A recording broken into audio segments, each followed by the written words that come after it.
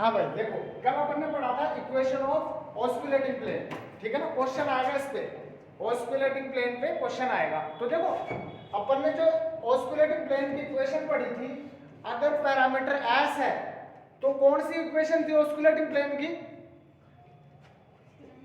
Parameter अगर S है तो कौन सी थी?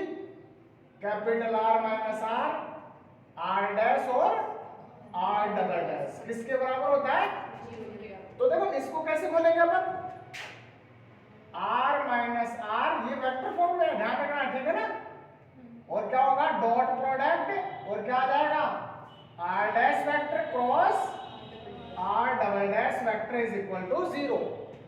तो यहां से अपने पास देखो आर दे रखा होगा इसमें, उसका डेरिवेटिव कर देंगे, डबल डेरिवेटिव कर देंगे, पहले क्रॉस प्रोडक्ट निकाल लेंगे। क्रॉस प्रोडक्ट सबको निकालना आता है।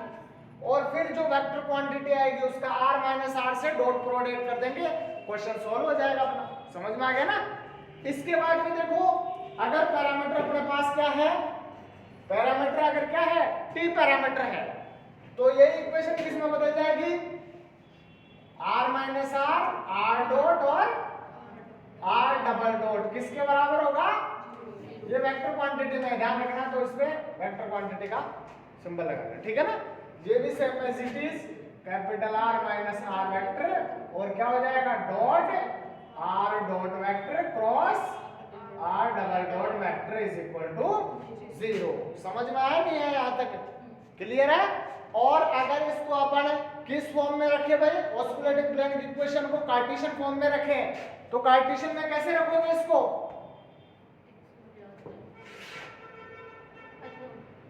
R माइनस आर क्या होगा? x minus x, y minus small y और z माइनस स्मॉल z। अब चाहे r डैश निकालना है तो डैश में ले लो, x dash, y dash, z dash, x double dash, y double dash, z double dash. अगर डॉट वाले आपको रखनी है, अगर पैरामीटर t है तो क्या हो जाएगा? Dot dot double dot double dot and double dot किसके बराबर? सॉल्व कर लेंगे इसको। ये हो गया हमारे पास ऑस्कुलेटिंग प्लेन की कंडीशन। अगर r दे रखा है तो अब सपोज करो आपको बोल दे कि दो सरफेस का इंटरसेक्शन है और ऑस्कुलेटिंग प्लेन की इक्वेशन निकालो, तो क्या होगा? अपन को क्या दे रखी है? सपोज करो दो सरफेस दे रखी है, इंटरसेक्शन ऑफ टू सरफेस। आपको याद है तो सरफेस के लिए अपन ने क्या क्या लिया था? एक तो लिया था f1 x y और z बराबर 0। दूसरी क्या ली थी अपन ने? f2 x y z बराबर 0। समझ में आया नहीं आया यहाँ तक? भाई ये तो अब ये x y z किसके फंक्शन है? वो तो डिपेंड करेगा t के है। समझ में आ गया ना। तो यहाँ से अपने पास क्या आ गया? एक तो f1 हो गया और एक f2 हो गया। ये ली थी अपन दो सरफेस। यहाँ से अपन क्या निकाले? ये इक्वेशन दो सरफेस की इक्वेशन हो गई। जैसे सर्कल हो गया, प्लेन हो गया, दोनों की इक्वेशन आ गई। एक को f1 बोल दिया, दूसरे को क्या बोल देंगे अपन? f2। समझ में आ गया क्या? अच्छा, पहली इक्वेशन लेके चलो, क्या लिख सकते हैं? डेल f1 अपॉन में डेल x और dx अपॉन, अगर t का फंक्शन है तो अगली क्या हो जाएगी? Del f1 upon del y और प्लस का डेल f1 अपॉन में डेल z और dz अपॉन dt बराबर 0। लिख सकते हैं इसको। तो ये तो क्या हो जाएगा? बोलो, इसको क्या लिख सकते हो? Del f1 upon del x i cap, j cap del f1 upon del y, k cap del f1 upon del z और डॉट प्रोडक्ट इसके साथ क्या ले लें? i कैप dx अपॉन में dt, j cap dy upon में dt और k cap dz upon dt बराबर 0। लिख सकते हैं क्या इसको? डॉट प्रोडक्ट कराओ, यही वैल्यू वापस आ गई। इसको आप क्या बोल सकते हो? ग्रेडियंट f1 बोल सकते हो क्या? और ये डॉट प्रोडक्ट क्या हो गया? r वेक्टर डॉट लिख सकते हैं क्या इसको? समझ में आया नहीं आया? r वेक्टर क्या होता है? xi yj zk। समझ में आ गया। और इसका टी के रेस्पेक्ट में होगा तो डॉट बता दिया मैंने इसको। इसी प्रकार दूसरी से क्या बनेगी, डायरेक्ट बताओ देखो मुझे दूसरी इक्वेशन से, ग्रेडियंट या डेल F2, ग्रेड भी बोल सकते हो डेल भी बोल, ठीक है ना। और डॉट क्या हो जाएगा, R डॉट बराबर क्या हो जाएगा 0। समझ में आ गया क्या? बोलो भाई, कोई डाउट है तो पूछ सकते हो। इसका मतलब मुझे ये बताओ, ग्रेडियंट F1 का डॉट प्रोडक्ट R डॉट के साथ 0 है, इसका मतलब ये दोनों परपेंडिकुलर है। इसी प्रकार ग्रेडियंट F2 इसके साथ परपेंडिकुलर है, इसका मतलब क्या हुआ, इन दोनों का क्रॉस प्रोडक्ट किसके पैरेलल होगा, R dot parallel to gradient F1 plus cross gradient F2 vector. समझ में आया नहीं है मुझे ये बताओ।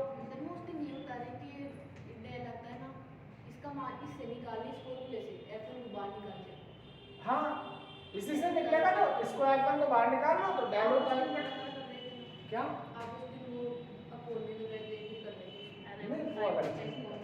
क्लियर है क्या यहाँ तक भाई? यहाँ तक कोई डाउट है तो पूछ सकते हो आप लोग। चलो भाई देखो, यहाँ से पैरेलल का साइन हटाएं तो R डॉट किसके बराबर हो जाएगा, बराबर लैम्बडा ऑफ ग्रेडियंट F1 और क्या लिखे हैं, cross gradient F2 del F2 बोल दो इसको। क्लियर है क्या? बोलो भाई, वेक्टर क्वांटिटी समझ में आया नहीं है? डाउट है तो पूछ सकते हो। यहाँ से हम फॉर्मूला ड्राइव करेंगे तो देखो कुछ भी यहाँ पर अभी जैसे आपको कोई भी दो सरफेस दे रखी है और दो सरफेस से आपको इसको सॉल्व करना है तो कैसे करेंगे अपन, दोनों को क्या ले लेंगे अपन, क्रॉस प्रोडक्ट ले लेंगे, ठीक है ना भाई। देखो दोनों का ग्रेडियंट निकाल लेंगे, क्रॉस प्रोडक्ट कर देंगे, जहां जहां जो फॉर्मूला यूज होगा अब देखो किस तरीके से निकालेंगे। क्लियर है क्या? यहाँ तक डाउट है तो पूछ सकते हो आप लोग। बोलो भाई, समझ में आ गया? इसको क्या लिख सकते हो, gradient F1 vector cross gradient F2 vector बराबर क्या होगा, R डॉट वेक्टर अपॉन में लैम्बडा। लिख सकते हैं क्या इसको? ये अपने पास इसका मान आ गया। कोई डाउट बताओ भाई। अब मुझे ये बताओ, हमें चाहिए क्या, इक्वेशन ऑफ ऑस्कुलेटिंग प्लेन। क्या होती है अपने पास, जब R में होता है, T का पैरामीटर होता है तो कौन सी लेते हैं, R vector minus R vector dot R dot cross R double dot vector बराबर 0। समझ में आया क्या? मुझे ये बताओ हमें क्या करें, यहां से क्या निकाले, R डॉट की वैल्यू है, R डॉट निकाल ले यहां से, डबल डॉट एक बार और डेरिवेटिव कर दो इसका, R डबल डॉट निकाल के R डॉट से इसका क्रॉस प्रोडक्ट निकाल के यहां पर रख देंगे, रिजल्ट आ जाएगा अपना। समझ में आया क्या? देखो R डॉट क्या दे रखा है अपन को, बोलो, lambda gradient del F1 cross del F2 vector. अच्छा डबल डॉट निकालो यहां से, इसका डबल डॉट हो गया। अब देखो लैम्बडा का लैम्बडा डॉट और इसको एज इट इज रख देंगे। समझ में आ गया क्या? Gradient F2 vector. क्लियर है क्या? फिर प्लस लैम्बडा को एज इट इज रखा। अब देखो दोनों क्रॉस प्रोडक्ट में है, इसका मतलब एक को रखेंगे दूसरे का डेरिवेटिव, दूसरे को रखेंगे पहले का डेरिवेटिव, तो क्या हो जाएगा, gradient del F1 dot vector और क्या होगा, क्रॉस डेल F2 वेक्टर और plus lambda del F1 vector और क्या हो जाएगा, क्रॉस डेल F2 वेक्टर पर डॉट प्रोडक्ट। क्लियर है क्या यहां तक? कोई डाउट है तो पूछ सकते हो आप लोग। बोलो भाई, समझ में आया नहीं है यहां तक? आगे चले, बोलो बोलो। नेक्स्ट देखो यहां से, इसके बाद में क्या होगा, इसका हम क्या ले ले, क्रॉस प्रोडक्ट ले ले। इसका हम क्या ले ले भाई, हमें क्या निकालना है, हमें ये देखो R dot cross R double dot निकालना है। इसका मतलब क्या करें, इस वैल्यू का हम क्या करवा दे, क्रॉस प्रोडक्ट करवा दे। क्रॉस प्रोडक्ट करवाने से पहले क्या करें, लैम्बडा डॉट का मान रख दे अगर है तो। किसका मान है, ध्यान देना ऐसे, डेल F1 डेल F2 का मान है क्या है, यहां पर रख दो। तो जैसे ही रखेंगे तो क्या वैल्यू आएगी, लैम्बडा डॉट और क्या हो जाएगा, आर डॉट वेक्टर अपॉन में लैम्बडा। समझ में आ गया क्या? और आगे क्या होगा, प्लस का लैम्बडा डेल F1 वेक्टर, और देखो डॉट भले यहां लगा दो, ठीक है ना, और cross del F2 vector as it is plus lambda del F1 vector cross del F2 dot vector as it is. Clear है? वैसे सही टाइम पे आए हो, अभी तीसरी क्लास चल रही है इस नए पेपर की, ठीक है ना, तो ज्यादा पढ़ा नहीं हुआ। हाँ भाई, अभी फॉर्मूले चल रहे हैं, क्वेश्चन क्या है अब चलो। हाँ भाई, यहां तक क्लियर है? आपको क्या करना है, वैल्यू किसकी निकालनी है, क्रॉस इस पूरे का क्या करें हम, बोलो भाई, आर डॉट के साथ क्रॉस प्रोडक्ट कर दो। तो देखो R dot cross R double dot, ध्यान देना सब लोग, मैं इसके साथ आर डॉट के साथ क्रॉस प्रोडक्ट करवाऊंगा। तो मुझे ये बताओ कि ये are dot cross R dot क्या होता है, आई क्रॉस आई क्या होता है, जीरो होता है ना। हम किसके साथ क्रॉस प्रोडक्ट करवा रहे हैं, आर डॉट, तो ये तो जीरो हो गया, तो इसको तो हटा ही दो डायरेक्ट ही, और बचेगा क्या अपने पास, आर डॉट और lambda gradient F1 dot vector cross gradient F2। देखो ग्रेडियंट भी बोलेंगे डेल भी बोल सकते हैं, ठीक है ना, उल्टा होता है तो अपन ने पढ़ा है ना वेक्टर के अंदर, और lambda gradient F1 vector cross gradient dot F2 vector. समझ में आया नहीं आया यहाँ तक? किसी को डाउट है तो पूछ सकते हो भाई। आगे चले, देखो लैम्बडा को तो बाहर ले ले, ये क्या है, क्रॉस प्रोडक्ट है ना अपने पास, तो ध्यान देना लैम्बडा को बाहर ले लिया, और ये क्या हो जाएगा, आर डॉट क्रॉस ये ब्रैकेट में है del dot F1 vector cross del F2 vector. इसी प्रकार प्लस का ये लैम्बडा तो बाहर आ गया, और क्या हो जाएगा, आर डॉट क्रॉस इसके साथ del F1 vector cross del dot F2 vector. समझ में आया क्या? हमने पढ़ा है क्या, A cross B cross C क्या होता है, कौन बताएगा, याद है सबको, ए डॉट सी बी बाहर minus A dot B C बाहर। समझ में आ गया? तो ए डॉट सी बी बाहर minus A dot B C. समझ में आ गया? ये आप अप्लाई कर दो इसके अंदर। समझ में आया नहीं आया पूछ सकते हो, किसी को डाउट हो तो, ठीक है। चले आगे, चलो अप्लाई करो। ये ए हो गया, ये बी हो गया, ये सी हो गया, यहाँ पर भी same as it is A B C लगा दो। इसमें क्या होगा, लैम्बडा तो बाहर आ गया, ए डॉट सी मतलब डॉट ग्रेडियंट F2 वेक्टर, और बाहर क्या आ जाएगा, डेल डॉट F1 वेक्टर। समझ में आ गया? Minus R dot dot del dot F1, यही आएगा वेक्टर, और बाहर क्या आ जाएगा, डेल F2 वेक्टर। समझ में आ गया? अगली वाली वैल्यू मैं यहाँ नीचे लिख देता हूँ, क्या हो जाएगा, आर डॉट और क्या आएगा, डॉट डेल F2 डॉट। समझ में आ गया ना, और डेल F1 वेक्टर। ये आ सकता है, ठीक है ना, एग्जाम में, तो हम ऐसे कैसे निकाल देंगे, तो रटने की तो जरूरत ही नहीं है इसमें। और क्या हो जाएगा, माइनस इसका इसके साथ और इसका R dot dot del F1 vector, और बाहर क्या आ गया, डेल डॉट F2 वेक्टर, और ब्रैकेट बंद। समझ में आया नहीं आया यहाँ तक? क्लियर है क्या? अब आपको याद है, क्या याद है, del F1 dot R dot मतलब ये क्या है, इसके परपेंडिकुलर है, तो क्या होता है, जीरो होता है। बताओ कौन कौन जीरो है, डेल F2 आर डॉट ये जीरो हो गया, हुआ। इसी प्रकार डॉट वाला जीरो नहीं होगा, ध्यान रखना, डॉट वाली अलग चीज आ गई, ठीक है ना। हाँ, ये भी जीरो नहीं होगा, ये जीरो हो जाएगा, इन दोनों को हटा दो, बची हुई वैल्यू को रख लो, तो लैम्बडा क्या बचा, माइनस में बच रहा है। क्लियर है क्या? और ये प्लस में बच रहा है, ये माइनस में बच रहा है, इसको पहले लिख लो, इसको बाद में लिख देना, ठीक है ना।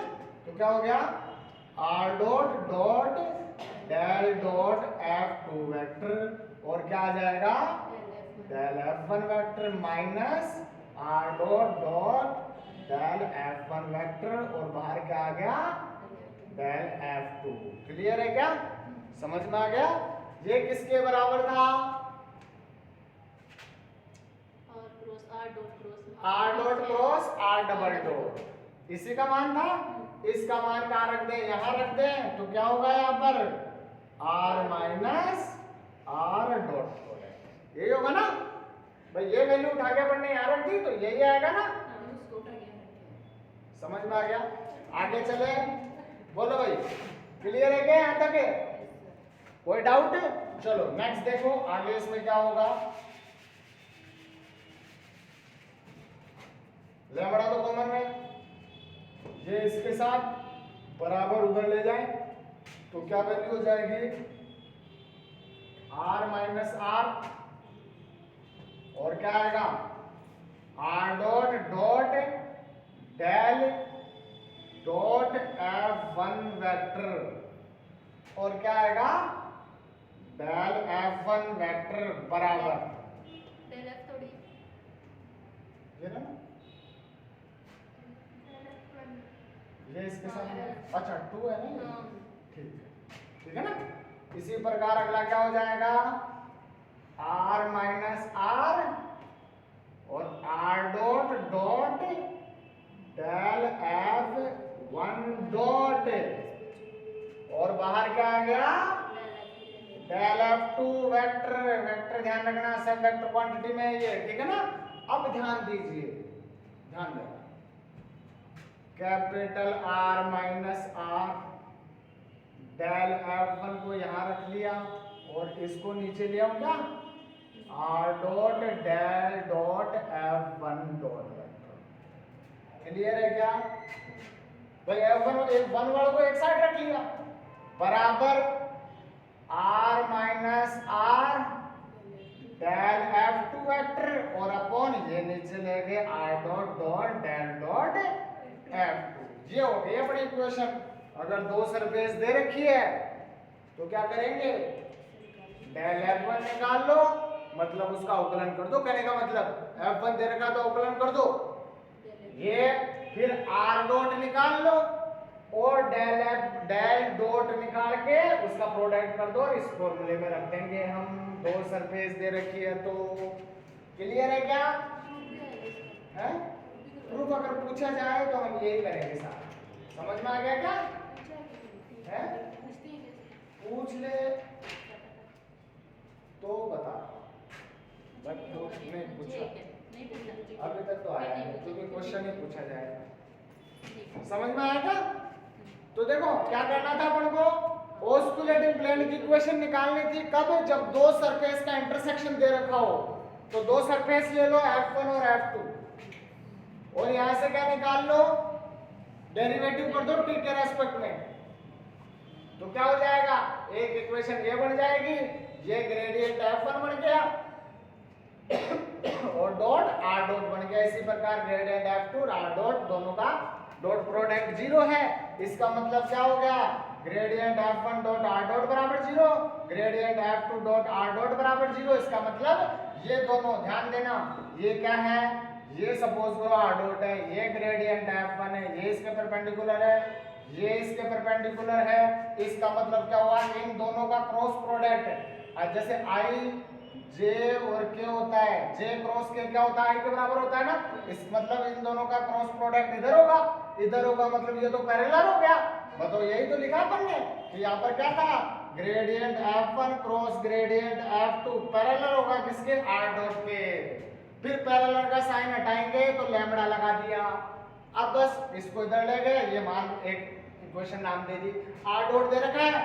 इक्वेशन ऑफ ऑस्कुलेटिंग प्लेन क्या बताई थी मैंने कल, R माइनस R, अगर t पैरामीटर में तो R dot cross R double dot. तो देखो R डॉट दे रखा है, इससे R डबल डॉट निकाल लो और R डॉट के साथ क्रॉस प्रोडक्ट कर दो तो ये वैल्यू आ गई। यहाँ से आइडेंटिटी यूज कर दे, इसको उठा के यहाँ रख दो, वेरिएबल को सेपरेट कर लो, मतलब 1 वालों को अलग ले लो, 2 वालों को अलग ले लो, ये लो, और इसमें ये यूज कर देना कि ये 0 है, तो जो बस ये खत्म हो गई अपनी इक्वेशन। इसी को अब कार्टेशियन फॉर्म में लिखना है। कार्टेशियन फॉर्म का मतलब एक्स वाई जेड की फॉर्म में, ये तो वेक्टर फॉर्म में है, देख लो ये तो वेक्टर फॉर्म में है सारी, मैंने एक्स वाई जेड कहीं भी लिखा क्या, ये वेक्टर फॉर्म में है। अब इसको किस में लिखना है आपको, कार्टेशियन फॉर्म में लिखे इसको, चलो कार्टेशियन फॉर्म में लिखते हैं इसी को, ठीक है ना। इसी इक्वेशन को लिखना है, ठीक है ना। दो सरफेस दे रखी है तो कार्टेशियन फॉर्म में क्या होगा,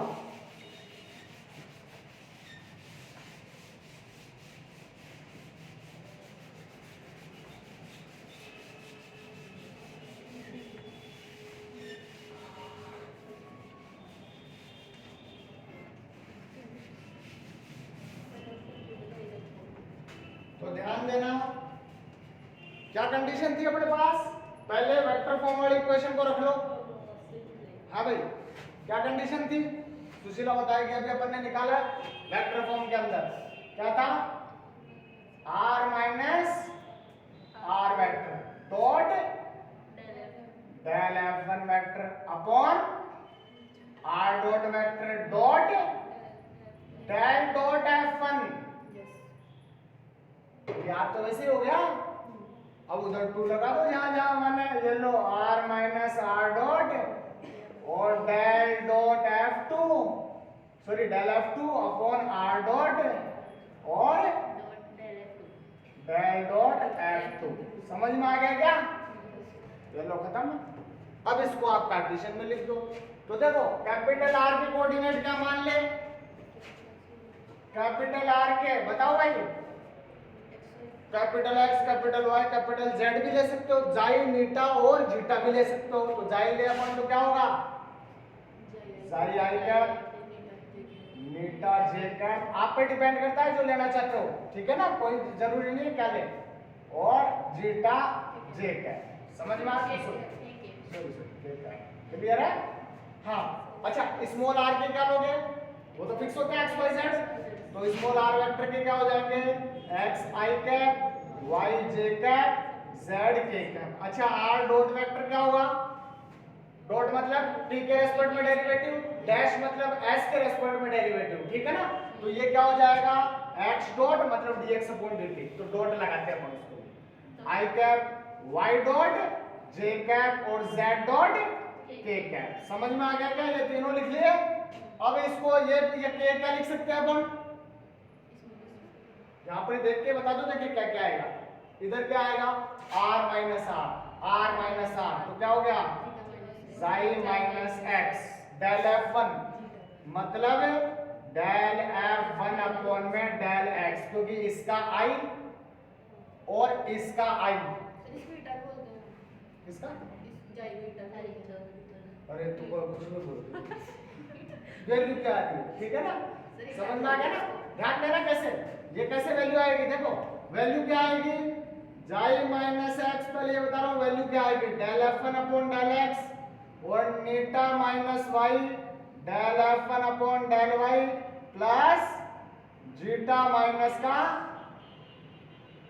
z और डेल f1 अपॉन में del z upon r dot dot del dot f1 vector, ये आएगा। इधर क्या आ जाएगा, same as it is, xi minus x del f2 upon del x plus नीटा minus y del f2 upon del y और zeta minus z del f2 upon में del z और अपॉन में r डॉट का vector dot del dot f2 vector. अब आप बोलोगे sir ये कैसे आ गया, भाई यहां से देखो इसका मान निकाल लो, capital R minus R vector क्या हो जाएगा, xi minus x i cap, नीटा माइनस वाई जे कैप और जीटा माइनस जेड के कैप। डेल f1 वेक्टर क्या होगा, del f1 upon del x i cap, del f1 upon del y j cap, del f1 upon del z k cap. यही होगा ना, इन दोनों का dot product करो क्या आएगा, यही आएगा। क्या समझ में आ गया, i डॉट i 1 होता है, j डॉट j 1 होता है, k डॉट k 1 होता है, बाकी सारे क्या होते हैं i डॉट j 0, तो ये आ गया नीचे वाली वैल्यू एज इट इज, क्योंकि इसका अपन ने अभी इस पर डेरिवेटिव करना बाकी है, इसलिए ये वैल्यू हमने एज इट इज रखी है। क्लियर है क्या? इसी प्रकार इधर वाले का मान रख दिया। कोई डाउट है तो पूछ सकते हो भाई, बोलो। चलो आगे। हाँ भाई ध्यान देना, डेल डॉट F1 कैसे निकालेंगे, कौन बताएगा? डेल डॉट F1 बोलो, कौन बताएगा? डेल डॉट, पहले डेल F1 निकाल लो। डेल F1 क्या रखा था अपन ने? अभी यही लिखा था, मतलब del F1 upon del x i cap, del F1 upon में डेल वाई जे कैप और del F1 upon del z के कैप, यही था क्या? और इसका डॉट मतलब डी अपॉन, समझ में आया क्या? कोई डाउट यहां तक? नेक्स्ट चले। अब देखो इसका डेरिवेटिव करना आपको, तो डेरिवेटिव कैसे करोगे आप लोग, मुझे ये बताओ। पहले इसका डेरिवेटिव, इसका किसके रेस्पेक्ट में हो रहा है? x है। x किसका फंक्शन है? t का। पहले इसका किसके रेस्पेक्ट में कर दे? x के रेस्पेक्ट में कर दे। x का किसके रेस्पेक्ट में कर देंगे? t के रेस्पेक्ट में। तो ये क्या हो जाएगा? i डेल 2f1 अपॉन में डेल एक्स स्क्वायर और dx अपॉन में dt। समझ में आ गया क्या? आगे चले। इसी प्रकार पहले पूरे का x के रेस्पेक्ट में कर रहे हैं अपन, फिर पूरे का y के रेस्पेक्ट में कर देंगे, फिर पूरे का z के रेस्पेक्ट में कर देंगे। चलो अगली वैल्यू क्या होगी, बोलो, यहां से बताओ। इसका अगली वैल्यू, जैसे इसका कर रहे हैं अपन पहले, इस i का, तो i को तो बाहर ले लो, पहले i वाले का x के रेस्पेक्ट में कर दो। अब इसी का किसके रेस्पेक्ट में कर दो? y के रेस्पेक्ट। तो ये क्या हो जाएगा? डेल 2f1 अपॉन में डेल y डेल x, और क्या हो जाएगा? dy अपॉन में dt। समझ में आया कैसे किया? इसी प्रकार क्या, डेल 2f1 अपॉन में डेल z डेल x और dz अपॉन में dt। समझ में आ गया क्या? अगला क्या होगा? प्लस j, और सेम तीन प्रोसेस यहां से निकलेंगे। तीन कैसे?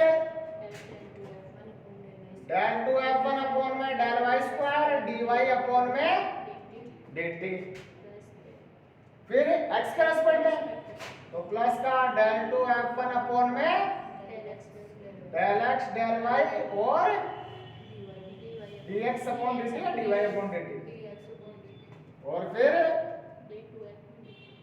डेल 2f1 अपॉन में डेल z और डेल y और dz अपॉन dt। समझ में आ गया क्या? देखो बिल्कुल same as it is. Plus k के लिए कर दो, क्या होगा?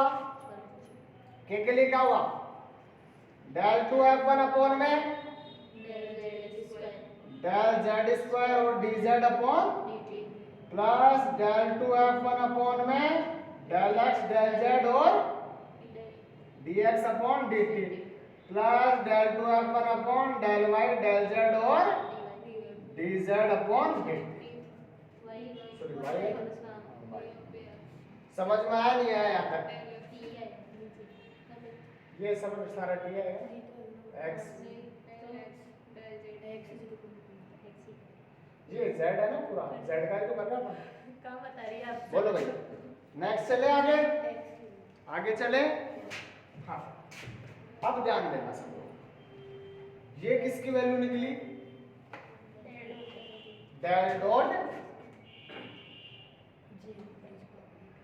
F1। अब किसका मान निकाले अपन? R dot. R डॉट क्या होता है? साइड में लिख लो, R डॉट क्या होता है? X dot I cap, Y dot J cap, Z dot K cap. समझ में आया? अब देखो इन दोनों का डॉट प्रोडक्ट करोगे तो क्या निकल के आएगा? I डॉट I 1 है, ये X डॉट है क्या? सब लोग ध्यान से देखना यहाँ पर, ये H डॉट, ये Y डॉट, ये Z डॉट, ठीक है ना? I डॉट I क्या हो जाएगा? मतलब ये क्या हो गया? X डॉट का square del 2f1 upon del x square, ये होगा क्या? प्लस ये क्या हो गया? x डॉट y डॉट और del 2f1 upon del y del x। समझ में आएगा? एक्स डॉट वाई डॉट आएगा तो क्या आएगा, एक्स और वाई के रेस्पेक्ट में डेरिवेटिव आगे पीछे कर सकते हो, कोई फर्क नहीं पड़ता, कॉन्टिन्यूअस होते हैं। समझ में आ गया ना? अब देखो अगला प्लस, अगला क्या हो गया, जेड डॉट, तो क्या था एक्स डॉट और z dot, del two f1 upon में डेल एक्स डेल जेड। समझ में आ गया क्या?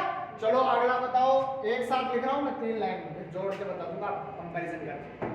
अगला बताओ यहां से y डॉट का स्क्वायर, क्योंकि j डॉट j 1 होता है, और क्या हो जाएगा डेल टू f1 अपॉन में del y square plus x dot और y dot del two f1 upon में डेल y डेल x लिख सकते हैं।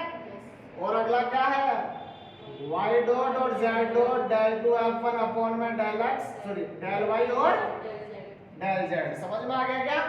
इसी प्रकार अगला क्या हो जाएगा, z डॉट का square del two f1 upon में डेल z स्क्वायर, और क्या हो जाएगा z डॉट तो जैसे टी आएगा, और क्या अपने पास z डॉट x डॉट है तो del two f1 upon del z del x, z dot y dot और क्या हो जाएगा del two f1 upon del z del y। समझ में आया क्या?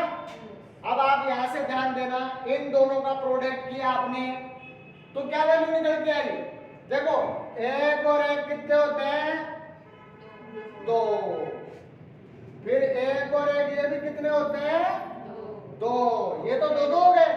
इसका मतलब इस पूरे को क्या लिख सकते हैं, सब लोग ध्यान देना, इस वैल्यू को सामने देखो, इस वैल्यू को क्या लिख सकते हो, समेशन x डॉट का square del two f1 upon del x square लिख सकता हूं क्या, क्योंकि समेशन को खोलते हैं तो x डॉट का स्क्वायर x के रेस्पेक्ट में y डॉट का स्क्वायर y के रेस्पेक्ट में z डॉट का स्क्वायर, आगे क्या तीनों वैल्यू समेशन में लिख सकते हो आप। समझ में आ गया क्या? इस समेशन को खोलेंगे तो इसका मान क्या होगा, ध्यान देना, x डॉट का square del two f1 upon del x square, y dot का square del two f1 upon में del y square, z dot का स्क्वायर और क्या हो जाएगा डेल टू f1 अपॉन में डेल z स्क्वायर। समझ में आया? अब देखो बचा कौन सा, ये टर्म बची तो 2 2 हो गया ना, तो इसको क्या लिख सकते हैं, summation 2 x dot y dot del two f1 upon del x, और इसका मान क्या हो जाएगा सबको पता है, 2 गुणा x dot y dot z dot x dot, 3 step आएंगी। तो आप क्या लिख सकते हो इसकी जगह, क्या लिख सकते हो बताओ, देखें इक्वेशन यहां पर ही चेंज कर दो, इसको क्या निकल के आया मुझे ये बताओ, समेशन x डॉट का square del two f1 upon plus summation 2 गुणा x dot y dot del two f1 upon del x, और ये तो ये हो गया। उधर क्या लिखोगे इसकी जगह, बस 2 लगा दो, f1 की जगह क्या लगा दो, 2 लगा दो, ये रहा आपका फॉर्मूला। देखो कितना बड़ा फॉर्मूला, 2 मिनट की छुट्टियों में सोल्व हो गया। अब तो याद भी हो जाएगा, याद भी हो जाएगा, अब तो याद हुआ ही है। अरे भाई ये डॉट प्रोडक्ट, इसका मान हमें पता है, बड़ा सारा निकल के आता है क्या, समेशन में। समझ में आ गया ना? जिस जिसकी जरूरत है वो वैल्यू निकाल लेंगे, फिर अपन क्वेश्चन कैसे करेंगे अभी आगे करेंगे अपन क्वेश्चन, ठीक है ना? चलो भाई ये आपका कंप्लीट होता है, contact of a curve and surface. अब देखो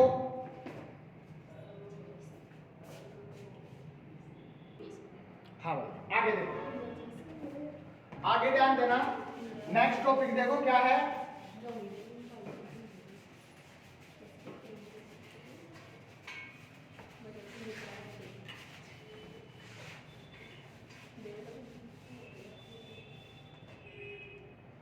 अगले कंडीशन देखो भाई, इसके काफी क्वेश्चन आएंगे अपने पास। Contact of curve and surface, एक कर्व और सरफेस कितने पॉइंट पर कॉन्टैक्ट कर रहा है,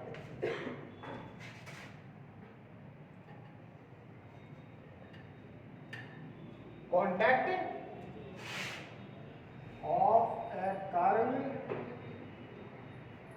एंड सरफेस।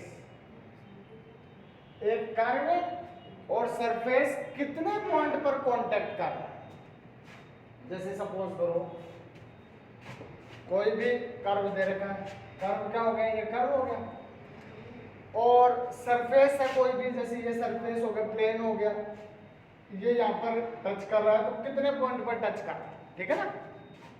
जैसे ये हो गया, ये प्लेन, इसको किसी प्लेन पर रख दो यहाँ पर, अब ये कितने पॉइंट पर कांटेक्ट कर रहा है, क्लियर है। जैसे ये है, ये हो गया, इसके बहुत सारे पॉइंट मान लिया अपन, ये P1, ये P2, ये P3 और ये P मान लिया। लिमिटिंग केस में ये सारे पॉइंट कहां पर आ जाएंगे, इसके इस पॉइंट पे आ जाएंगे, निकटवर्ती बिंदु है ना, ठीक है ना। तो ये कहां कहां कट करेंगे, तो देखो ध्यान देना, समझना इसको, ठीक है ना।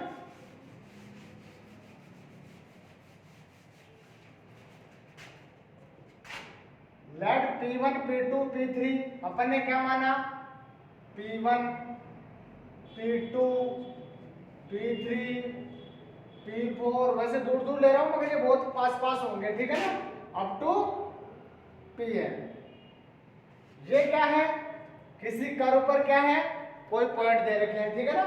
Let P1, P2, Pn be points of the curve and limiting case P1, P2, P3, P4 and Pn सारे किस पर जा रहे हैं, कोई पॉइंट ले लो, यहाँ पर P पॉइंट मान लो, सपोज करो ये P है। ये लिमिटिंग केस में क्या आ रहा है, देखो जैसे ये पॉइंट है, इसका पोजीशन वेक्टर ये यहाँ पर वो ले लिया, तो ये सारे के सारे क्या हो गए, पॉइंट हो गए, ठीक है ना, समझ में आ गया। लिमिटिंग केस में क्या आ रहे हैं, ये सारे के सारे इस पॉइंट पे जा रहे हैं, किस पे, इसी पॉइंट पे, समझ में आ गया ना, बहुत निकटवर्ती बिंदु है, क्लियर है।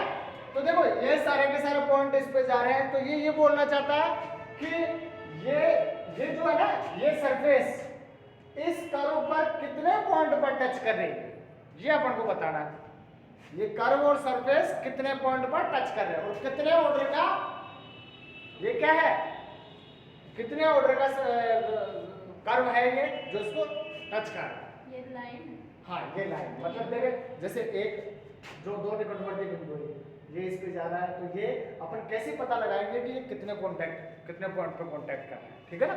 तो ध्यान देना, सबसे पहले surface are have to contact of nth order at point P। तो ये कितने पॉइंट पर कांटेक्ट करेगा, ये कैसे चेक करेंगे और कितने ऑर्डर का होगा, ठीक है ना।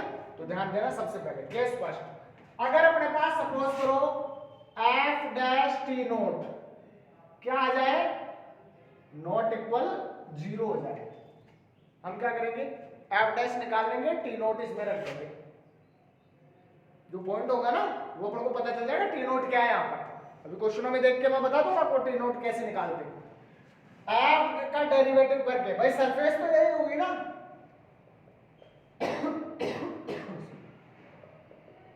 सरफेस तो ऐसी होगी, इसका अपन एफ डेरिवेटिव निकाल के टी नोट रख देंगे, अगर 0 आता है या फिर 0 नहीं आता है, समझ में आ गया ना। तो अपने पास सबसे पहले केस में क्या आएगा, एफ डैश टी नोट बराबर 0, देन t बराबर t naught which is simple root of curve and surface have simple contact और वन पॉइंट कांटेक्ट और कांटेक्ट ऑफ वन पॉइंट। मतलब क्या कहलाएगा, ध्यान देना, अगर f dash t naught not equal 0 आ जाए तो ये क्या कहलाएगा, सिंपल कांटेक्ट या वन पॉइंट पर कांटेक्ट करेगा, एक ही पॉइंट पर क्या करेगा, कांटेक्ट करेगा, एक ही बिंदु पर टच करेगा ये का। दूसरे केस में क्या आ जाए, f डैश t नोट तो 0 है, but f double dash t note क्या नहीं है, नॉट इक्वल 0 है, तो ये कितने पॉइंट पर कांटेक्ट करेगा, 2 पॉइंट पर कांटेक्ट करेगा, और कितने ऑर्डर का कांटेक्ट होगा, तो नहीं 2 से कम, ये पॉइंट तो 2 होंगे और ऑर्डर एक कम होगा इनका हमेशा, फिर उनका क्या होगा, उसका तो सिंपल हो गया ना 0 ऑर्डर का, ये कितने ऑर्डर का हो गया, 1 ऑर्डर का। अब तीसरा क्या हो जाएगा, जैसे मैं बोल दूं, मैं आपसे क्वेश्चन करूं 3 ऑर्डर कांटेक्ट है, तो बताओ 3 ऑर्डर कांटेक्ट के लिए कंडीशन क्या होगी, f डैश t नोट 0 होगा, f double dash t note भी 0 होगा, F triple dash T note भी, और एफ 4 टाइम डेरिवेटिव भी क्या नहीं होगा, नॉट इक्वल 0। इसका मतलब ये कितने ऑर्डर का है, 4 तो पॉइंट हो गए, और ऑर्डर कितना हुआ, 3 ऑर्डर हो गया। समझ में आ गया क्या? तो जहां पर भी मैं बोलूंगा ना ऑर्डर और पॉइंट का मतलब ध्यान रखना। मैं सपोज करूं कि बताओ ये 4 पॉइंट कॉन्टैक्ट है, तो कौन सी कंडीशन लागू होगी, ये 4th वाली लागू होगी। अगर मैं बोलूं ये 3 ऑर्डर कॉन्टैक्ट है, तो क्या होगा, यही लागू होगी, 3 ऑर्डर 4 पॉइंट, दोनों एक ही बात होगी ना। अब मैं बोलूं आपको कि ये 2 ऑर्डर कॉन्टैक्ट है, तो क्या होगा, इससे पहले ट्रिपल डेरिवेटिव नॉट इक्वल 0 होगा। समझ में आ गया क्या, बिल्कुल क्लियर हो गया, समझ में आ गया ना। क्वेश्चन आएंगे इसके, बहुत क्वेश्चन करेंगे अपन इसके, ठीक है ना। तो आगे कुछ क्वेश्चन आगे हैं, कुछ क्वेश्चन लास्ट में दे रखे हैं, ठीक है ना। तो सारे क्वेश्चन करवा रखे हैं, इनके अलावा आपको कुछ नहीं करना। तो ये बात ध्यान रखना ऑर्डर और पॉइंट का, ठीक है ना। हाँ नेक्स्ट देखो, आगे चलते हैं।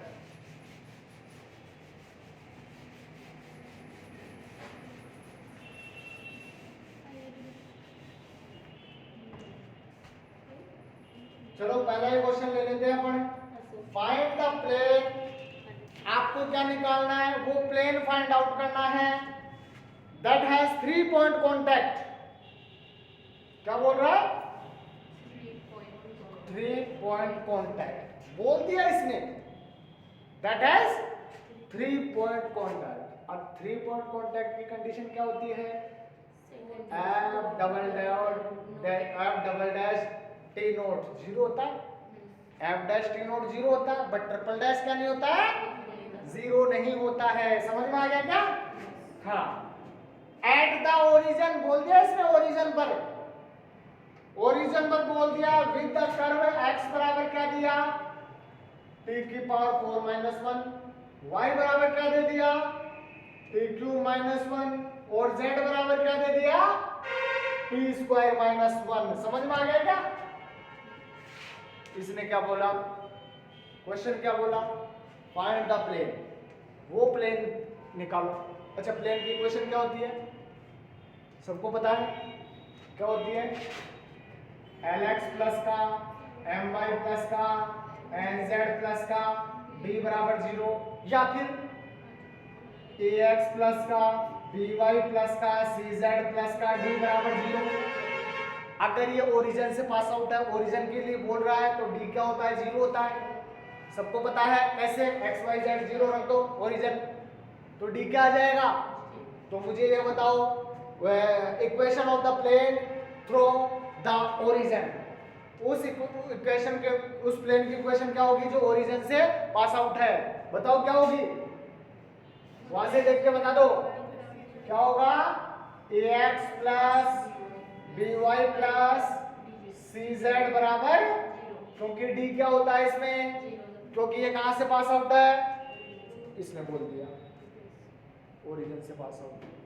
अच्छा ओरिजिन पे क्या होता है, x y z क्या होता है, अगर मैं x y और z 0 रख दूं तो t का मान क्या आएगा, 1 आएगा। मतलब t नोट के मान क्या हो गया आपके पास, समझ में आया नहीं है? अरे ओरिजिन तो तभी आएगा ना जब t का मान 1 रखूंगा मैं, क्योंकि -1 रखते हैं तो ये -2 हो जाएगा भाई, ओरिजिन निकलेगा ही नहीं। तो t का मान क्या रखना पड़ेगा अपन को, 1। कोई डाउट है क्या, यहाँ तक क्लियर है? आगे चलूं मैं, बोलो भाई। अच्छा equation of surface f of t क्या हो जाएगी अपने पास, कौन बताएगा, f ऑफ t का मान ये रख दो ना इसमें, तो क्या हो जाएगा, a x का मान रख दो t की पावर 4 माइनस 1, b y का मान रख दो t क्यूब माइनस 1, और c t स्क्वायर माइनस 1। समझ में आ गया क्या? हमें क्या करना है, a b c का मान निकाल के यहाँ रखना है। प्लेन की इक्वेशन ही तो पूछ रहा है भाई, ये यही तो पूछ रहा। इसने क्या बोला, फाइंड द प्लेन जो कहां से पास आउट है, ओरिजिन से, और कितने पॉइंट कॉन्टैक्ट है, 3 पॉइंट, और दे रखा है ये। समझ में आया नहीं है? बोलो भाई, किसी को डाउट है तो पूछ सकते हो। चलो क्या आगे, ध्यान देना, सामने देखो। अच्छा, 0 होगा, सब लोग समझ में? कितने पॉइंट कॉन्टेक्ट है? 3 पॉइंट। इसका मतलब एफ टी नोट किसके बराबर है? एफ डैश टी नोट भी किसके बराबर होगा? और F double dash T note भी किसके बराबर होगा? बस ये तो होगा, ये तो होगा। क्यों होगा? बोला है ऐसे। समझ में आ गया ना? ऐसे नहीं कि भाई हम डेरिवेटिव करके रख रहे हैं 0 आना चाहिए। अरे भाई कोई जरूरत नहीं है 0 आए चाहे नहीं है, बोल दिया इसने 3 पॉइंट कॉन्टेक्ट है। समझ में आ गया ना? इसने बोल दिया। अगर वो ये बोलता ना ये बताओ कि 3 पॉइंट कॉन्टेक्ट है, तो अपन को ये निकालना पड़ता। समझ में आ गया ना? अपन को तो प्लेन की इक्वेशन पूछ रहा है, तो ये बोल रहा है ना, उसको पीछा करना है, इसको फॉलो करना उसको। समझ में आ गया? चलो भाई आगे यहां से ध्यान रखना, एफ टी नोट, मैं टी नोट रख दूं, यहां पर 1 रख दूं, ये तो 0 हो जाएगा। एफ डैश निकालो सबसे पहले, एफ डैश क्या होगा? 3 पॉइंट बोल रहे हैं ना। हाँ, तो फिर ये तो 2 हो गया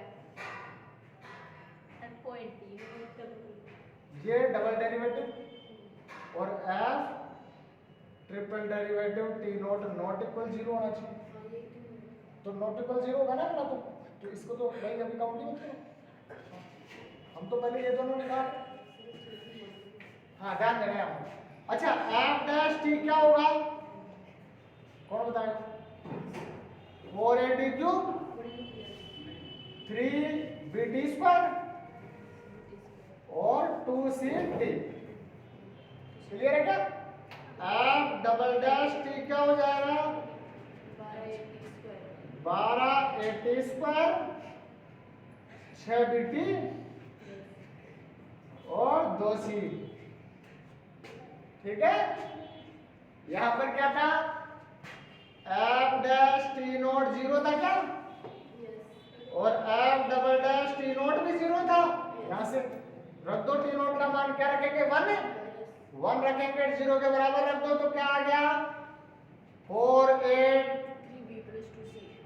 प्लस का 3B प्लस का 2C बराबर 0। और ये क्या आ गया? 12A प्लस 6B प्लस का 2C बराबर 0। क्लियर है क्या यहाँ तक? बोलो भाई, यहाँ तक समझ में आ गया? हमें किसका मान निकालना है? ABC का। कैसे निकालेंगे? यहाँ से A का मान निकाल ले और इसको उठा के रख दो। यहाँ से A का मान उठा के, भाई यहाँ A बराबर क्या आ रहा है? 3B प्लस का 2C माइनस बटे 4, ये उठा के यहाँ रख दो, तो 4 दिया 12, तो 3 तो गुणा हो जाएगा, और 3B माइनस का 2C 6B प्लस का 2C बराबर 0। ये कितना हो गया? -9B माइनस 6C प्लस का 6B प्लस का 2C बराबर 0। 9 में से 6 गए तो -3B, और 4 में 6 में से 2 गए तो -4C बराबर 0। तो यहाँ से क्या आ गया? 3B is equal to 4C। Clear है क्या यहाँ तक है? बोलो भाई, 3B is equal to 4C। तो अपने पास क्या आ गया? अच्छा, नेगेटिव आएगा नहीं, एक नेगेटिव। क्लियर है क्या? तो यहाँ से क्या आ गया? B अपॉन में 4 is equal to C upon में 3 माइनस, समझ में आया नहीं आया यहाँ पर? B upon minus B upon में 4 बराबर C अपॉन में 3। क्लियर है क्या? ये अपने पास इसका मान आ गया। अब अपने पास A का मान क्या था? माइनस का 3B, तो यहाँ से एक मान यहाँ उठा के यहाँ रख दो। अब चलो यहाँ से रख दो, B का मान रख दो, 3B का मान 4C रख दे, माइनस 3B का मान, तो क्या रखे? तो यहाँ पर क्या हो जाएगा? A बराबर 4C माइनस का 2C और अपॉन में 4, तो ये तो क्या आ गया? 2C अपॉन 4, तो क्या आ गया? C by 2। क्लियर है क्या? अब A क्या करें? देखो सीधा मानक दूसरी स्पीड एक और डी में आ जाएगी फिर ए सर वो ऐसे ही कर लेते ए हैं बराबर सर उसको 3 से गुणा करके दो इक्वेशन निकाल के c बाय 2 हो गया ना। देखो a बराबर क्या आ गया c बाय 2, यहां से ध्यान देना सब लोग समझ। a बराबर क्या आ गया, तो इसको 2a बराबर c लिख दूं, मैं 3 का भाग लगा दूं दोनों तरफ, तो ये c बाय 3 2a बाय ये आ गया। कैसे निकालते अरे भाई देखो ना, हैं ध्यान देना, a is equal to c by 2 आ गया।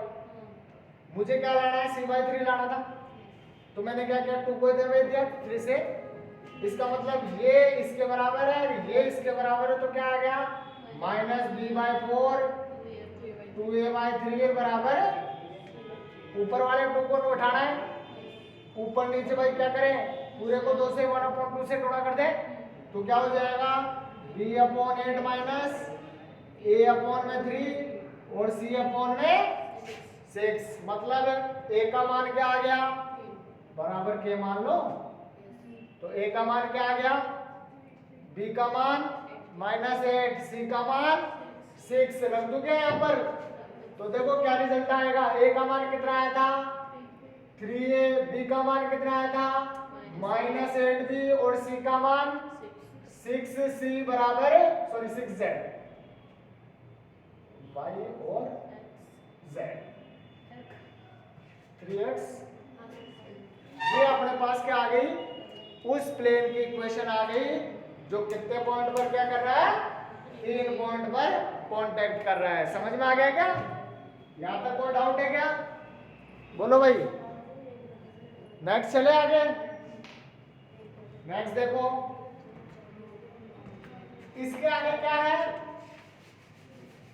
अब देखो सेम क्वेश्चन है, ऐसे ही इसी टाइप के क्वेश्चन करेंगे अपन, और कुछ क्वेश्चन लास्ट में है इसके, इस टाइप के क्वेश्चन कर लोगे आप। फाइंड द लाइंस दैट, हाँ एक मिनट,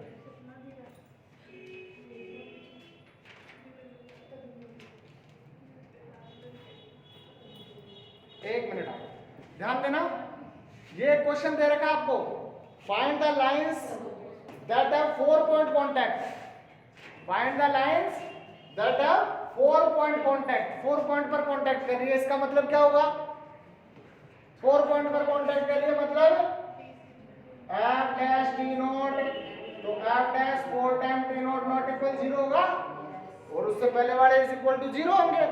अब इसने क्या बोला है, एट किस पॉइंट पर, 0 0 1 पर, किस पॉइंट पर 0 0 1 विद द सरफेस, और सरफेस की इक्वेशन भी दे दी, x की power 4 3xyz plus x square minus y square और प्लस का 2yz माइनस का z स्क्वायर माइनस का 3xy माइनस का 2y प्लस का 2z बराबर 1 है। समझ में आ गया क्या, पहले मैं एक कंडीशन बता दूं, तो देखो उस लाइन की इक्वेशन बताओ जो 0 0 1 से पास आउट है, उस लाइन की इक्वेशन क्या होती है, लाइन की equation x minus x1 upon l बराबर y minus y1 upon m बराबर z माइनस z1 अपॉन, यही होती है क्या। अब मुझे बताओ x1 y1 और z1 के पॉइंट्स क्या दे रखे हैं, मतलब क्या हो जाएगा x अपॉन l बराबर y अपॉन में m बराबर z माइनस 1 अपॉन में n, और बराबर क्या मान ले, k के बराबर मान ले या t के बराबर मान ले, जो भी है अपने पास। क्लियर है क्या, समझ में आ गया। अब यहाँ से अपने पास कोऑर्डिनेट क्या हो जाएंगे, ये x1 ये x y z का मान क्या आ जाएगा, कौन बताएगा, यहाँ से निकाल लो ना, ये तो क्या हो गया, x का मान क्या आ गया l, क्योंकि t की फॉर्म में निकालना है ना आपको, इसलिए उस लाइन की इक्वेशन निकालिए पहले। y का मान क्या होगा m इंटू टी, और z का मान क्या होगा nt प्लस 1, ये मान उठा के कहाँ रखोगे आप, ये मान उठा के कहाँ रखोगे आप, स्मॉल। तो ये क्या बन जाएगी, सरफेस की इक्वेशन बन जाएगी कौन, एफ ऑफ टी बन जाएगा, जो पहले बनाया था ना अपन ने। समझ में आ गया क्या? अब एफ टी बन गया तो अब तो निकाल सकते हो, वही आपके डायरेक्शन कोसाइन निकालने हैं और इस इक्वेशन में रखने हैं सारे एल एम एन के मान। सारा कर रखा है, घर से करके आना, नहीं आता है तो पूछना। समझ में आ गया ना, क्लियर है क्या? अच्छा 2011, 14 और 16 में 18 में एक क्वेश्चन पूछा गया है, वो क्वेश्चन देखो आप लोग ध्यान देना। 2011 एक क्वेश्चन है, वो करा करके अभी छुट्टी कर। हाँ भाई ध्यान देना।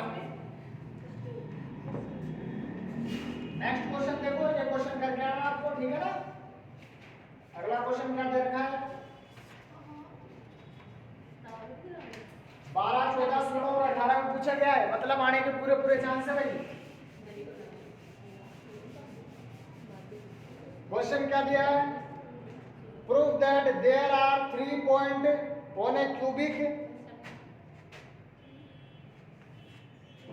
x बराबर क्या दे दिया, ए टी क्यूब प्लस का बी, y बराबर 3ct स्क्वायर प्लस का 3d ऑफ टी और z बराबर 3et प्लस का f, such that osculating plane pass through the origin and the point lie in the plane, किस plane पर लाई करेंगे, 3cex plus का af y बराबर 0, मतलब ये रिजल्ट आना चाहिए, इस पे लाई करेगा।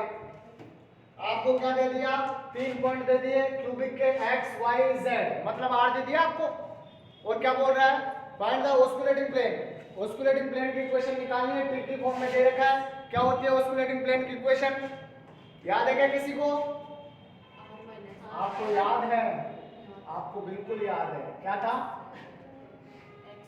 x minus x y, y minus y, z minus z, x dot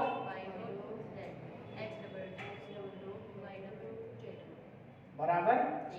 अब आपके पास सब कुछ पड़ा है, x y z, तो ये रे x डॉट यहाँ से निकाल लेंगे हम, x डॉट यहाँ से निकाल लेंगे, इसमें मान रखना है, सोल्व करना है, जो रिजल्ट आएगा ना वो ये आएगा। समझ में आ गया क्या, सबका मान निकालना है यहाँ पर। हाँ क्लियर है ना, कोई डाउट है क्या, बताओ भाई।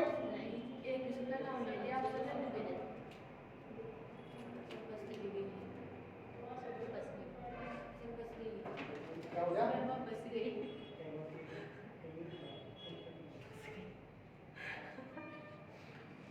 समझ में आ गया क्या? देखो बताओ क्या करना है, इसको सोल्व करना है ना, ठीक है ना।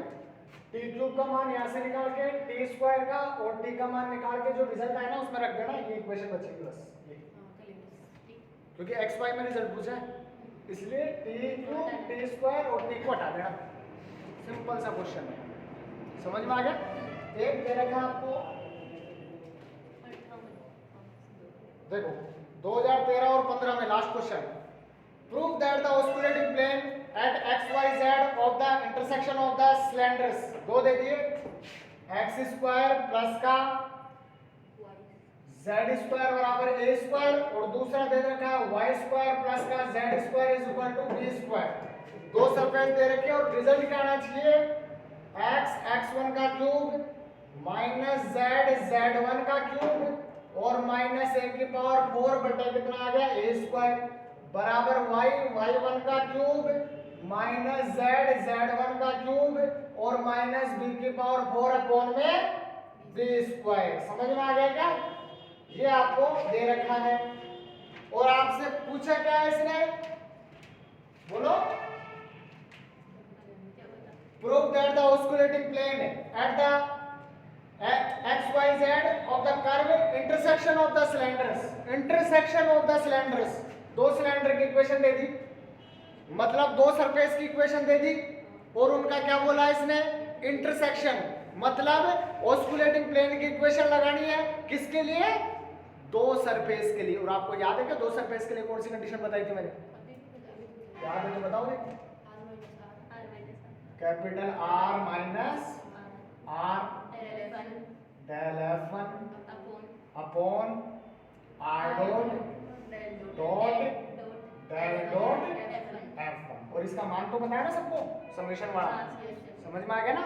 इसी प्रकार क्या होगा R minus R del F2 और R dot dot del dot F2 vector, समझ में आ गया क्या। मतलब आपको देखो इसको एक तो F1 नाम दे दो, इसको क्या दे दो आपके मर्जी में हो उसी को दे देना F1 F2, समझ में आ गया। यहाँ से Lmn का मान निकाल लेना। Lmn का मान निकाल सकते हो, कैसे निकालोगे, F1 डॉट को 0 के बराबर रख दो, F इसका डॉट निकालेंगे तो क्या आएगा x x dot plus z dot बराबर 0 हो जाएगा ये।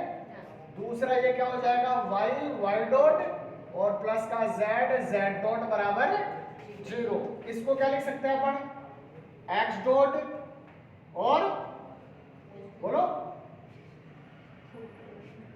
यहां से x डॉट प्लस का 1 अपॉन x और बराबर माइनस का z डॉट अपॉन में 1 अपॉन z लिख सकते हैं क्या इसको, कोई डाउट। इसी प्रकार इधर क्या हो जाएगा y dot upon 1 upon y बराबर माइनस का z dot upon 1 upon z, तीनों को बराबर लिखते हैं। मतलब x dot upon 1 upon x बराबर y dot upon 1 upon y बराबर minus z dot upon 1 upon में z, और इसको किसके बराबर रख दे 1 के बराबर। x डॉट का मान क्या आ गया 1 अपॉन x, y डॉट का मान क्या आ गया 1 अपॉन y, z डॉट का मान क्या आ गया 1 अपॉन में z, समझ में आ गया। ये डॉट का मान इसलिए निकाला है क्योंकि आपको क्या निकालना पड़ेगा del two F1 upon del x square, del two F1 upon में del y square, del two F1 upon में डेल z स्क्वायर। इसी प्रकार जो इस F1 के लिए निकाल रहे हो वही F2 के लिए निकालना है, del two F1 upon del x del y, del two F1 upon del y del z, ये सारे निकालने पड़ेंगे ना। क्यों, क्योंकि इसमें मान चाहिए, ये पता है ना कितनी टर्म आती है इसमें, 3 तो इसकी और 3 वो 6, इसमें भी कितनी आती है 6, समझ में आ गया ना। तो वो सारी वैल्यू निकाल के उठा के रख देना बस, इसमें आपका रिजल्ट आ जाएगा कौन सा, ये वाला रिजल्ट, समझ में आ गया। बहुत सिंपल है, क्वेश्चन इंपॉर्टेंट है आने वाला एग्जाम में, इन्हीं में से आता है, इन्हीं में से आता है, देख लेना, समझ में आ गया। तो कल यहाँ तक कंप्लीट करके आना, बाकी अपन नेक्स्ट क्लास कल देखते हैं।